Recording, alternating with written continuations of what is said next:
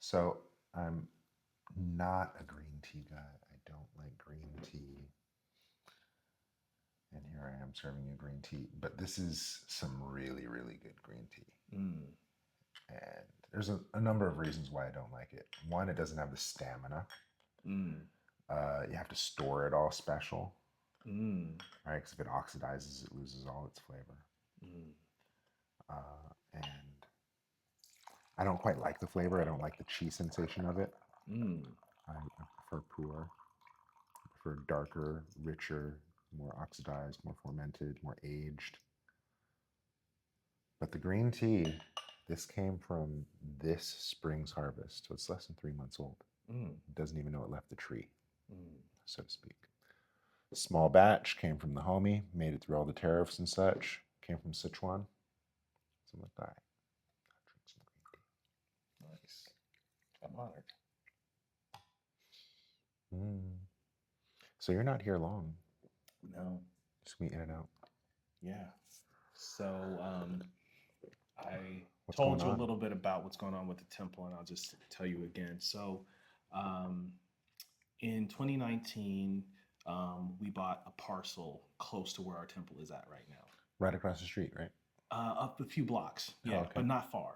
Mm-hmm. And we've been in this neighborhood for about 20 years now. So the monks came in 2006, and then I started training with them around 2007, 2008. I became a director in 2011, Mm-hmm. and that's when we moved into that particular space in Oakland. We were at the Oakland Asian Cultural Center. Mm-hmm. So we bought this property, and the plan was build our temple there. This was basically the dream of the monks, was to come here and build their own temple. And so my job as the temple steward is to make sure that all of these type of things happen, and that there's a continuum of the training and a continuum of the material that we've been bringing and cultivating, even more so here, to the people. And so that neighborhood, Fruitvale area, Mm-hmm. right, a very diverse neighborhood, Mm-hmm. underserved community, really needs this kind of work. And so the city levied a tax, vacant land tax. So all the money that we were saving to build went to this tax that was like 1,000% more than what we were paying before. Mm-hmm. And we've applied to get a exemption, being a nonprofit, but those processes are long cycles. Yeah. And so now the city wants to sell the property underneath us because those taxes just accrued and there was no way for us to pay them. Yeah. Oh. And so, we have a temple now, but we're renting, and that building has been sold, and so we're in flux even there, right? And so having self-determination is very important for us right now. And so this is not only throws a wrench in our future, it has implications down the line of if something happens with this building under the sale, Mm-hmm. right?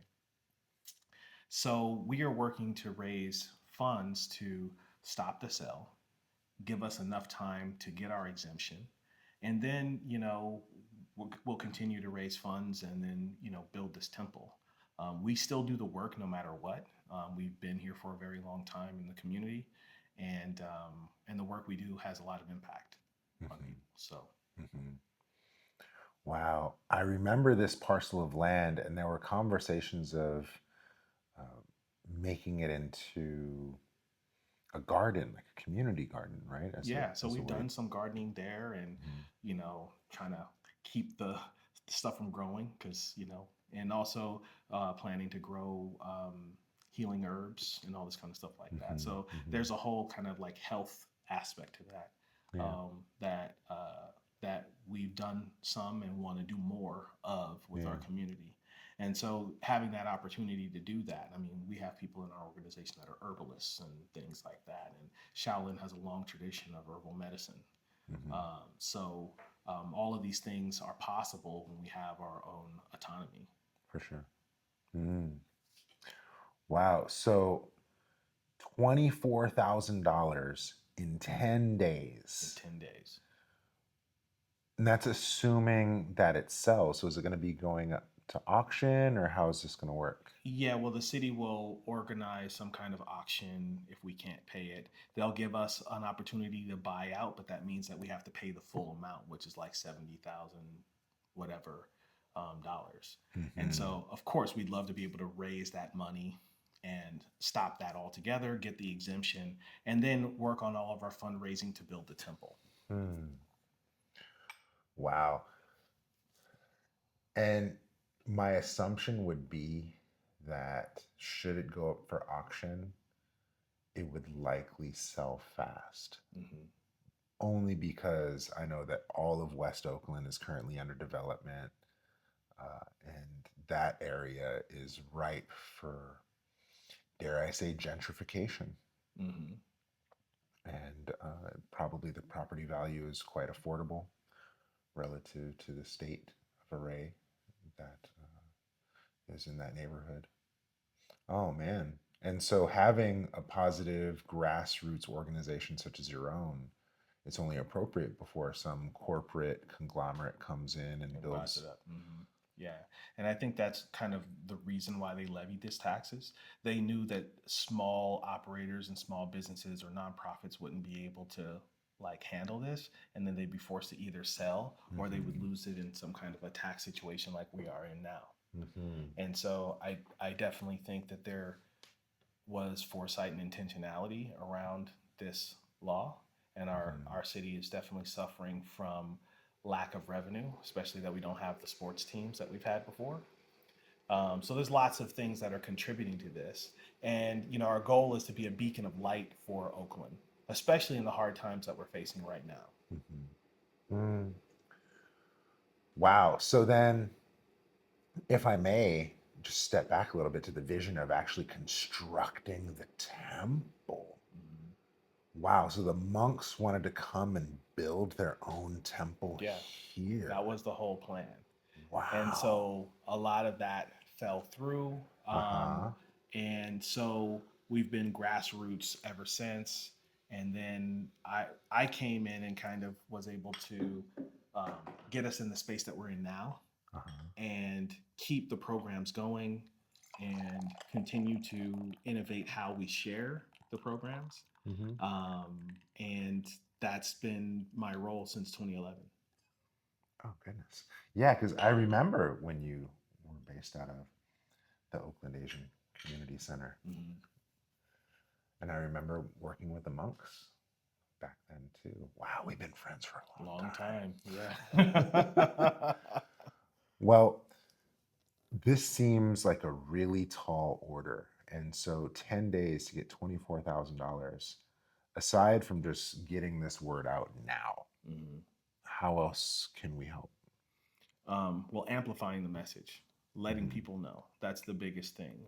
Obviously, information is gold. A lot of people have told me you should talk to so and so, and a lot of these connections have borne fruit for us. Hmm. And so, connections to people who can help us on behalf of legal or influence or city type of stuff. Those are things people who have great influence in the community. That if they just drop a post, lots of people will see it and lots of people will, want to help. And Hmm. so I'm reaching out to all of my friends and all of the people that I've ever been connected with, or the people who have been served by the temple, and lots of people have that found Hmm. value in what we do to help amplify that message. And if you give a dollar helps. And I believe we could easily you know, reach 1 million people, but all we need is to have 24,000 people. Just give a dollar. Doesn't have to be a lot. And if they give more, I'm willing to offer my time and my energy and my knowledge to those people to help them and show them this is what we do. This is what we do here in the community. Hmm. Right on Yeah, time. Bet, man. Well, I want to go ahead and get the word out. Um, I'll put some money on the books too, for appreciate sure. that. And I'll have my community put something on the books as well. And then I wonder if there's some type of tribute or something we could arrange, because we have enough musicians in our community. Yeah. Matter of fact, I was just talking to the Curtis family in San Francisco who just got inducted into um, City Hall as like a kind of like the first family of San Francisco, first musical family in San Francisco. The Curtis family? Yeah, yeah. 50 Cent family? No, no, no, no. The Curtis family C notes. I study music from uh, the father of their group, Mm. and he's an amazing musician. He's a community activist. He does a lot for the community. He's teaching a lot of people to embrace music. That's a big part of what I do, and so they're gonna definitely help out and give a shout out and do music and all kinds of stuff. So Oh, well. yeah, yeah, they Right do on. a Monday Night Live every Monday where they rehearse and you get to watch them play and they would love to. I mean, they're gonna shout us out. Nice. Yeah. And I wonder if we could like tap into the greater Shaolin community at large too. Yeah. Um, there's the whole Doc Vai Wong Mm, community with Brandon Dung, right. and I'm affiliated with Wenwu School Mm, out in the East Bay. They just celebrated 50 years, and so there's a couple of well-established Shaolin schools that can probably spread the word too. Mm. Well, thank you for coming here and sharing the plight. yeah. Well, thank you for having me and thank you for sharing tea and conversation.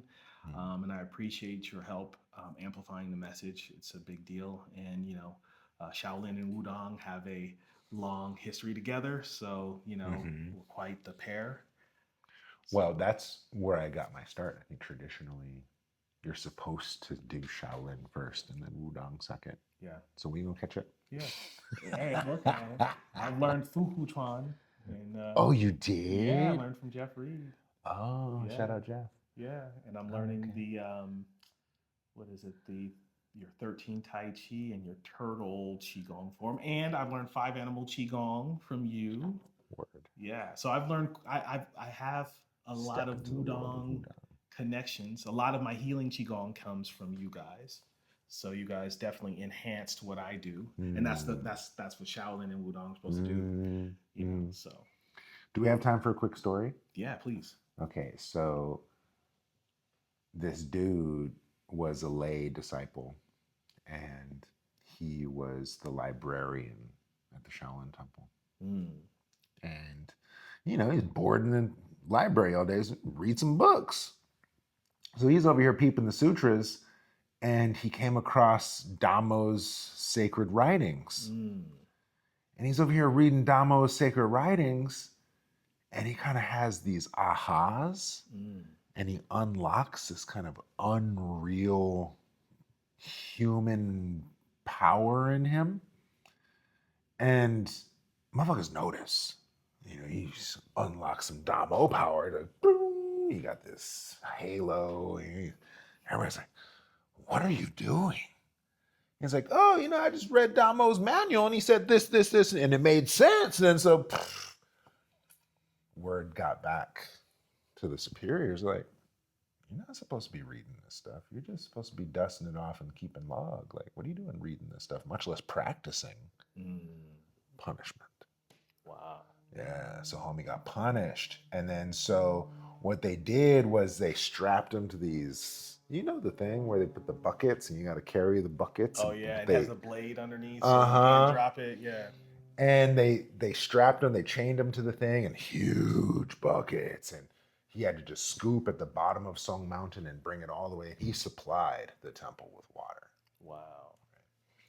But, he's strapped to these things, he got these blades and these chains and so he was assigned an assistant that had to do penance with him.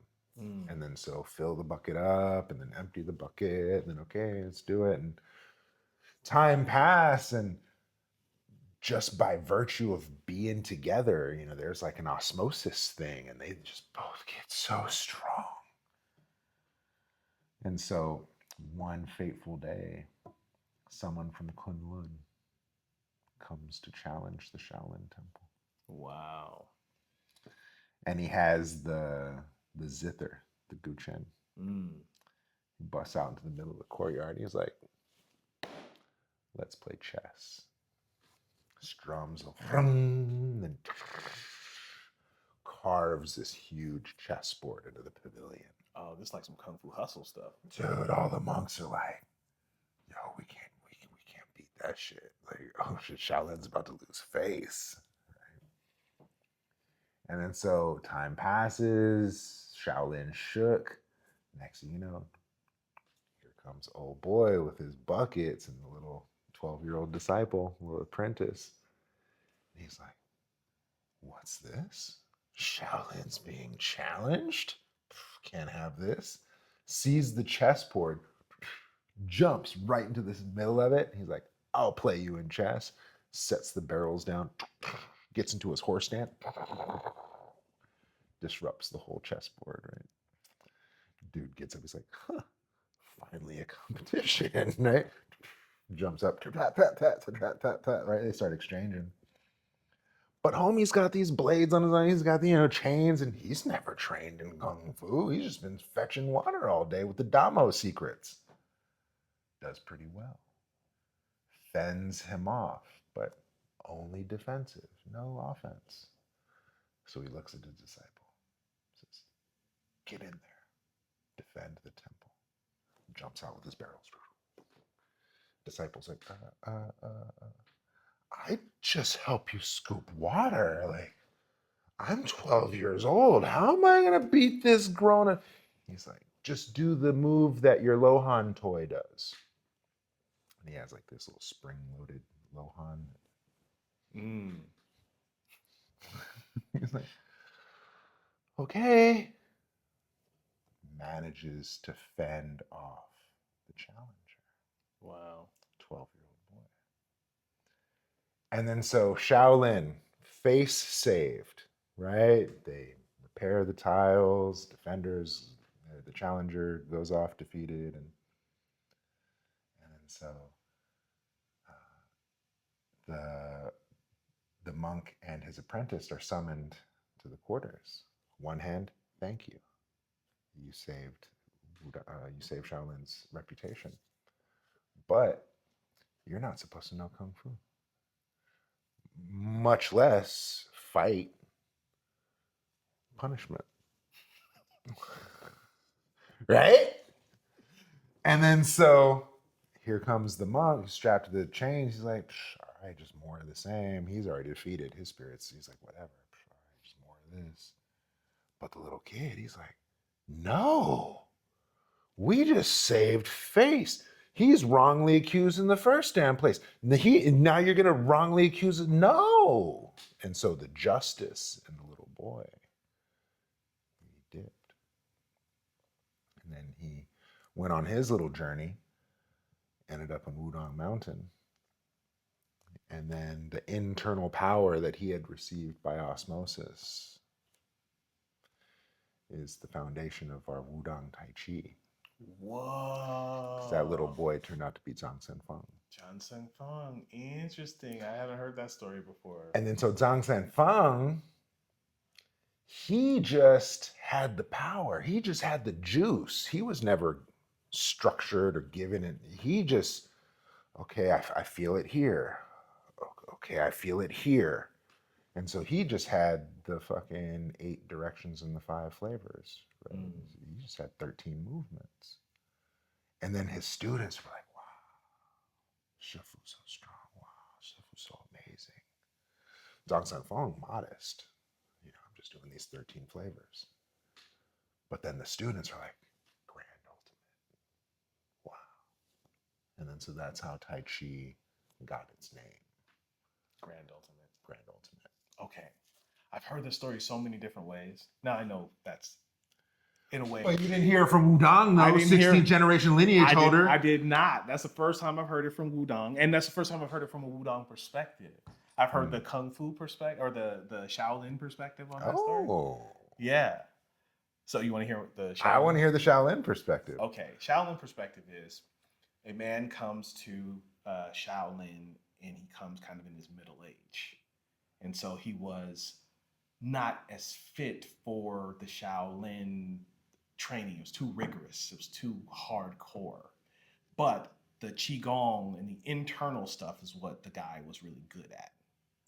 And so he decides that Shaolin is not a fit for him. And then he leaves and goes off to Wudang.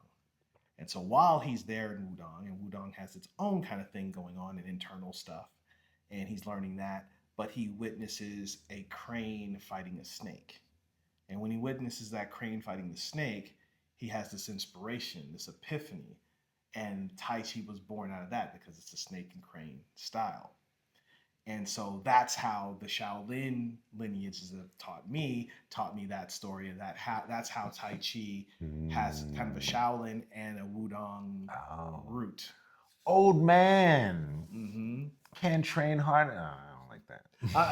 I knew you wouldn't, right? Because and then me being Shaolin, it's like punitive when he was right and wrongly accused. Like so, like that. So it makes sense, like why each story has the perspective that it has. But ultimately, it's funny because when I was in China, I went to the Qin village, and they had the Tai Chi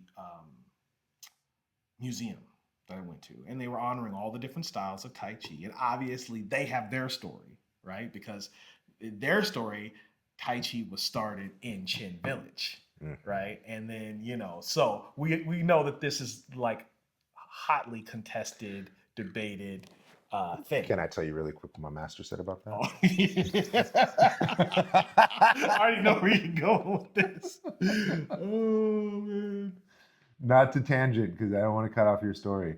No, my story's done. Oh, your story's done? Yeah. When I first went to Wudang, I was writing articles for Kung Fu Tai Chi magazine. Shout out Jin Ching. And I didn't know what to write, and I was scared to write because I was a young martial artist, and I didn't want to smoke. I didn't want to fight.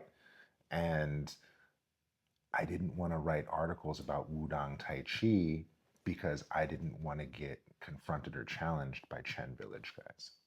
For that very beef of who got it first. And then so I asked my shifu, who created Tai Chi? Is it us or them? And he's like, they're a village. We're a temple. They're peasants. We're priests. They're farmers. We're immortals. Who do you think? Who do you think came up with Tai Chi? That's some cold work right there. And then, truth be told, you look at these classic texts, it's all the jargon of Taoism. It's not in the language of an almanac. It's not in the language of village ordinance. It's not in the language it's in the language of Taoist mysticism. And so come on, village. Yeah, right. Yeah, right. Why is your text written like that? All of y'all illiterate. Who wrote that mystical stuff? Who wrote that poetry? Take it easy.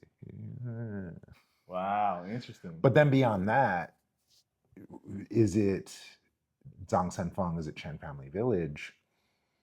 Is Zhang Senfeng even a real person? Is Bodhidharma even a real person? All these things are debatable. And what I came to find when Raphael Smith started doing Chen Practical Method, shout out Raphael, I went on my own search too. And that's when I found Daichi Ryu-Aki Jiu-Jitsu, right? And then that's when I found, fencing has this quality and Sambo has this quality. And we're talking to Matt Lucas, shout out Matt Lucas. And it's like, this isn't Chinese. This isn't Tai Chi. This is human. This is human. Yeah, that's the ultimate thing. And like I tell people a lot of times, like, because people get caught up in the forms. And I said, Tai Chi is not these forms. Tai Chi is this feeling. And you sense this thing, and then you say, oh, I feel that here. Oh, I feel that here. And you have these little markers that you like you're like, oh, this will make it easier for me to share this idea with you. But ultimately, and when you freeform, like everything is in the flow, and Tai Chi is more the principles than it is the moves. And that's why it doesn't really matter who made it. It's like saying who made up hip hop. It really doesn't matter. Marley Marl. Right? I mean, it does matter in one way, but it doesn't matter in the larger picture that it's a vibration. And all people can share in that vibration. It is important to like recognize where stuff comes from. I don't want to like dismiss that because know what it feels like to have something appropriated, and it doesn't feel good. But I do love when things are appreciated.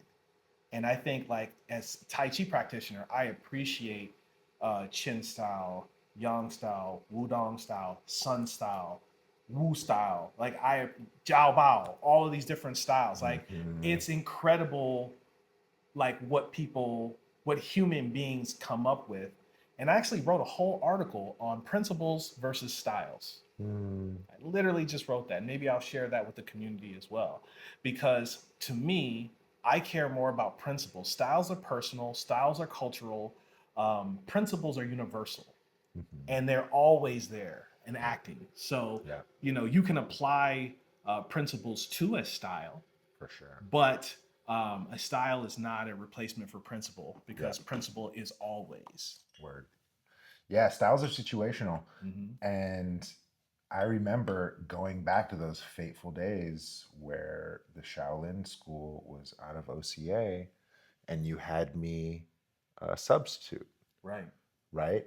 I don't know those forms, Hmm. but I know principles, Right. right? And then so I was able to hold space in a Shaolin class and correct form and give line drills and stuff because principally Right. I could do it. And then also helped that I had some Shaolin Yeah, I mean background that happens to me all the time. I'll have somebody from a different system. I've had karate people, I've had too. silat people come to me, and I'll Hmm. say, "Show me your form," and I'll be like, "This move can do this. It could do this. It could do this. It could do this," and they're always shocked. And I'm like, "Oh, that move there. If you make this one adjustment, it has the capability of doing X, Y, and Z." And my thing is, I'm not trying to change your form.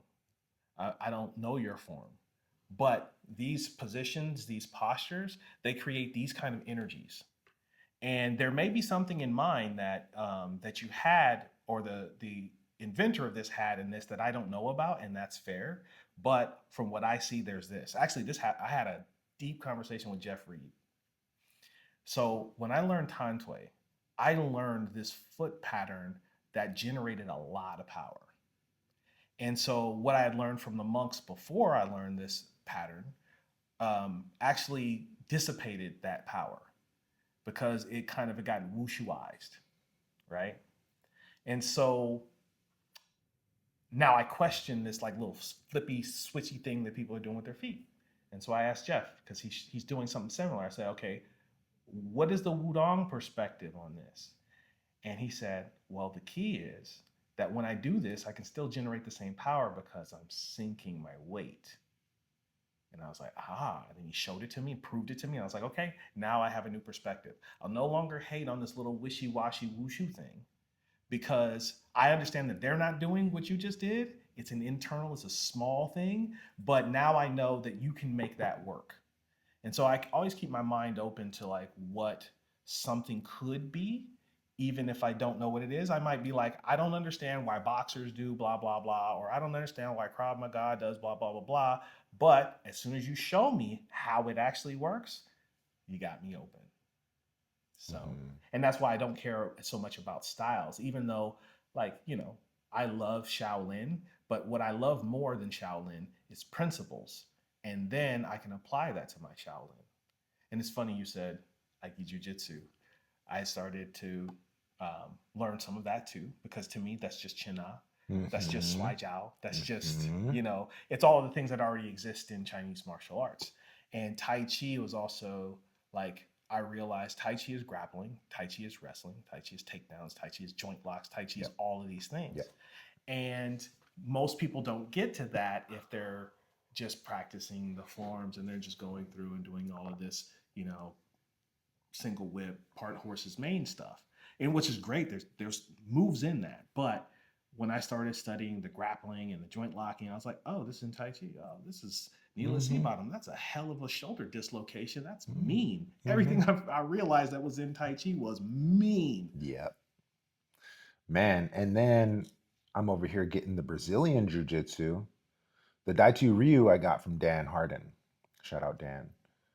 But the Brazilian stuff that I'm getting through Adisa, he's straight up saying, oh,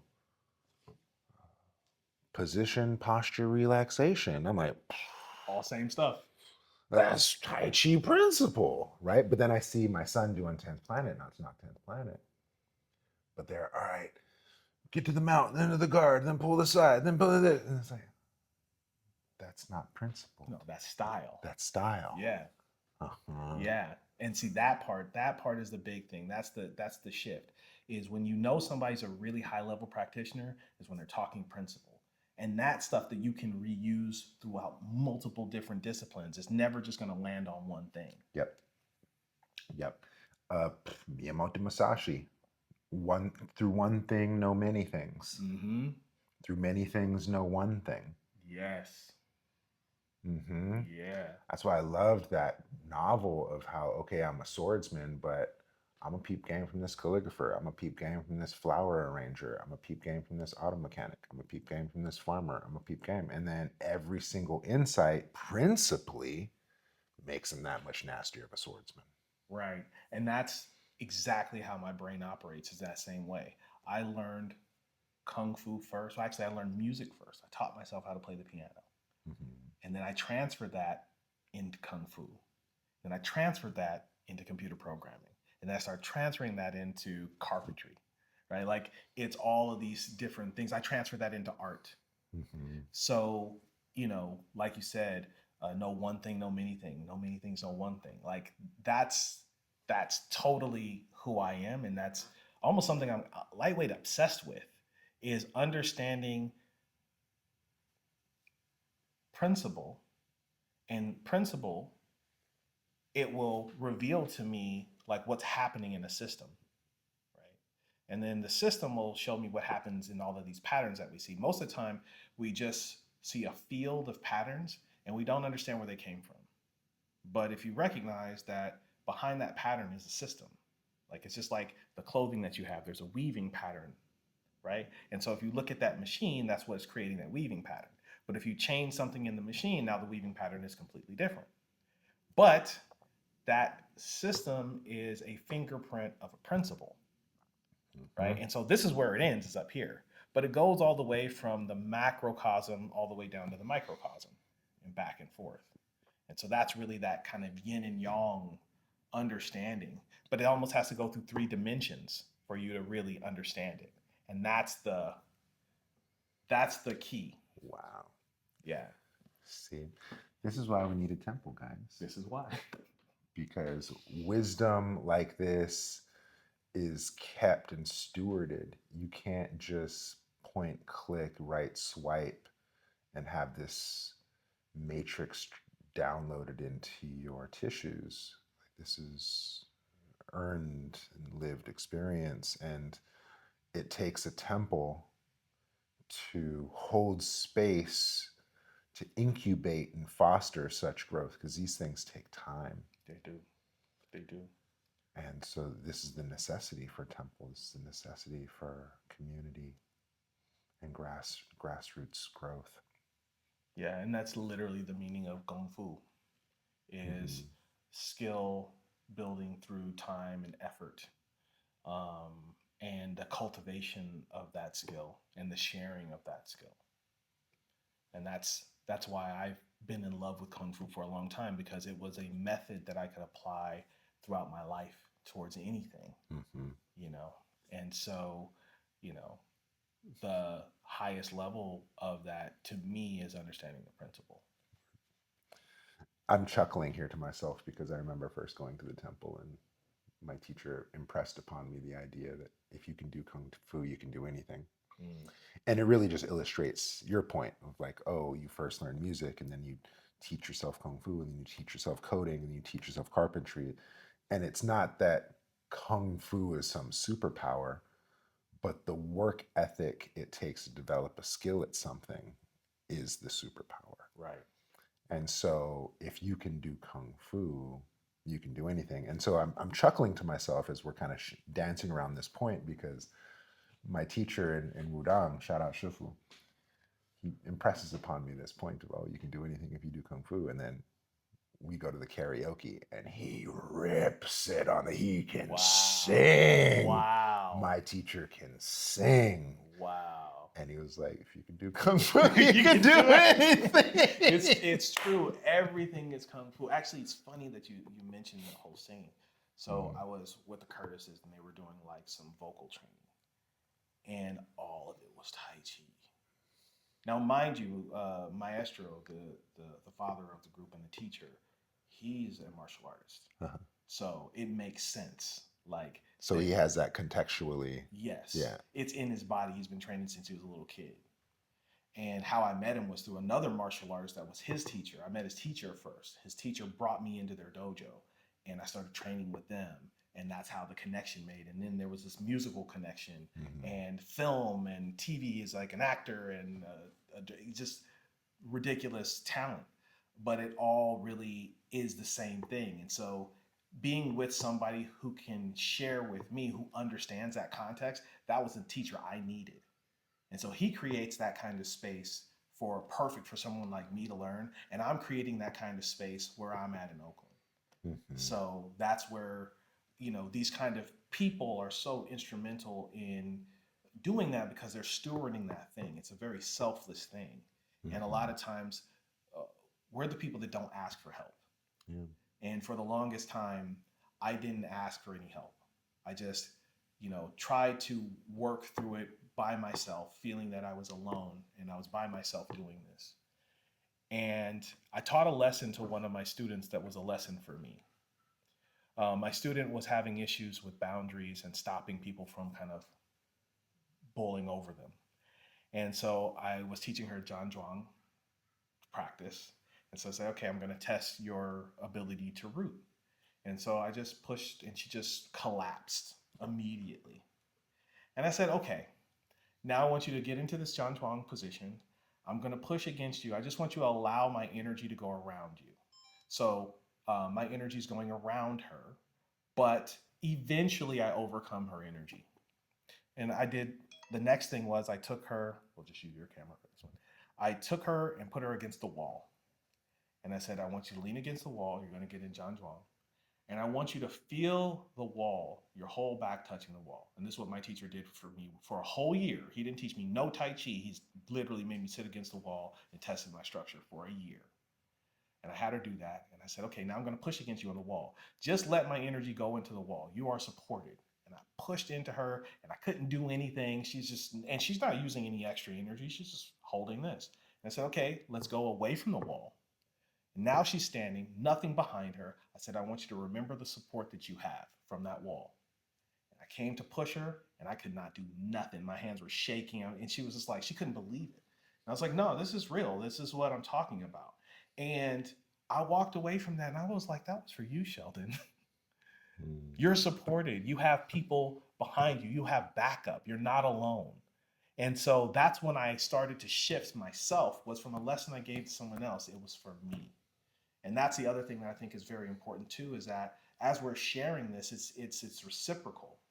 It's not just a one-way street, and it's not that I'm just Master Sheldon. It's that this transmission really helps everybody that's involved. For sure.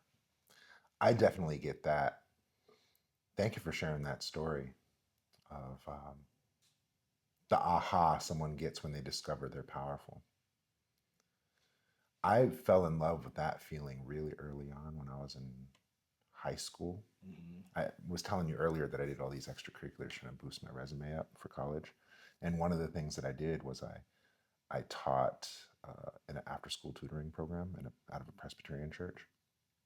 And we worked with little orphan Laotian, Hmong, and Mien children. Mm. And I taught them how to read. And I remember the aha, the way the eyes light up when now I get why that word says that. Mm-hmm. And then now there's a new world of power available to them because they Mm-hmm. know how to read. Right. And so I fell in love with that aha early on. And that's when I got that initial taste for service. And then now when I introduce a principle, and to your point, people understand that well, I actually have power available to me. I don't have to exert force. Right. I can just be powerful. By being relaxed. Yeah, it's mind blowing. And so I share that joy in touching a heart in Mhm. that way. Yeah, that's exactly what it is for me too. Mm-hmm. And that it never gets old. It never gets Mm-hmm. old watching someone light up for the first time. It never gets old. And even now, so I've been working with people who have had some really hard things happen, strokes, things like that. And watching them light up when they realize what they can do, even when they barely can move, is incredible. It brings tears to my eyes, you know. Mm-hmm. And so that's the kind of stuff that this work does. And I don't think that people know how powerful they are. And it's not the kind of it's not force. It's something completely different than force. It is actual power, and it's empowerment and empowering, Mm-hmm. and it's kind and it's creative. It's not destructive. And it's a tricky one to learn because this is a funny conversation we're going to have right now. Because force is tactile, Hmm. but power is effortless. Hmm. And so when you tap into power, it feels like nothing. Nothing. Yes. And so, how do you recreate that? Whereas force, okay, I know what force feels like. I got something pushing against me. I know what it feels like to push back. Okay, I can recreate this feeling. I can do force all day. I'm hardwired for force. But power, work gets done, and I did nothing. How do I do that again? Well, my teacher Gordon taught me the method. The Mm. method was do it wrong first. Right? Just do force first. And Mm. remember how that feels, Mm. right? And then now we're going to do the opposite. But if we try to get somebody to do the power relax thing, they can't, there's no relationship to Yeah. that. And so do the thing that you understand first and see why it breaks down and why it doesn't work for you the way that you think it does. And see, then you're not changing somebody's mind. They're being awakened to what's inside of them. And that's different than trying to convince somebody of this power that they have by words. And this illustrates why Shufu means father. Yes. Because sure, I'm teaching you shit, but I'm going to hold space and allow the time for you to get it and grow it Mm-hmm. until you can actually do it yourself and pay it forward. And so, this is why a day your teacher, a lifetime your father, this is why that teachers are held in such high regard and why temples are so important. Keep trying to draw back to it. Right, right, right. But I mean, what we're talking about is ultimately the work. This is the work that gets done. And, you know, how you and I met was around that. And it's very interesting that we had a mutual friend, Shout out and Marika. shout out Marika. And I said to her what I was doing, that I inherited this temple, and I'm been training in Shaolin since I was 16 years old. And she was like, "Oh my God, I know this guy who's doing exactly what you're doing that you have to know." And I was like, "Word." And then she gave me a link, and I saw this gorgeous video of you. Oh, out in Moab. Yeah, you were in the Mhm. desert and you were doing Qigong, and you had this steady balance. And it was just amazing. It's like, I still love this video. I have to share this video with people again. It's still one of the most gorgeous videos I've ever seen. And I was like, yes, I have to meet this guy. He's exactly who I have to meet. And then we met, and shockingly, I had no idea how tall you were. Right? I had no idea. And I was like, wait, Common. right? I had no idea. Mm-hmm. And so that was even more impressive because um, someone being your height and size, having that level of command over their body. Mm. And so I knew something was different about who you were, what your training was. And you began to share that with our community as well. And, that was like the first part of our connection. You helped, I always got to a chance as a director to bring people in like yourself, even though you're from a different temple, a shared but different art. And the ability to like expose my community to other aspects of kung fu, other aspects of energetics, other aspects of martial arts, other aspects of health has been instrumental. And I think that that's the other part, is that it's not just this community that we're talking about. We're talking about this larger community of people who are doing this work that people are get a chance to get connected with. Mm-hmm. Wow, you just took it way back. Yeah. Because here we are, talk about a full circle moment, you know, talking about macro to micro. I first met you because I was like, I need to get a CPA. I need to get my 501c3 in order. I got to get this temple going.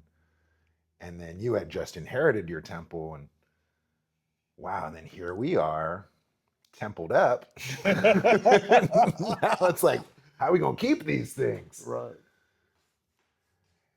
And so, wow. Well, what a wonderful place to wrap this up. Let's Yeah. go ahead and how can they help you? Let's put Uh, this up tonight. you can help me by donating the smallest amount, $1 even, but more importantly, amplifying this message, telling people about this, letting people know that there's this resource here in Oakland. If you're in Oakland, you could benefit from this. If you're not in Oakland, you could benefit from this, because this is something that we share not only in person but also online to our community. So there's all this treasure and wisdom, and also just knowing that this is a tax deductible donation. So if you do give, you can write it off. And it's better to give money towards something that you love instead of war or something else that you really don't care about. So, so that's how you can help. Spread the word. Let people know what's going on over here, and reach out. I'm here. I'd love to talk with you, and you know, find out about you as well, and share this art with you. Wow. Thank you, Sheldon. Thank you. Mm. Appreciate you.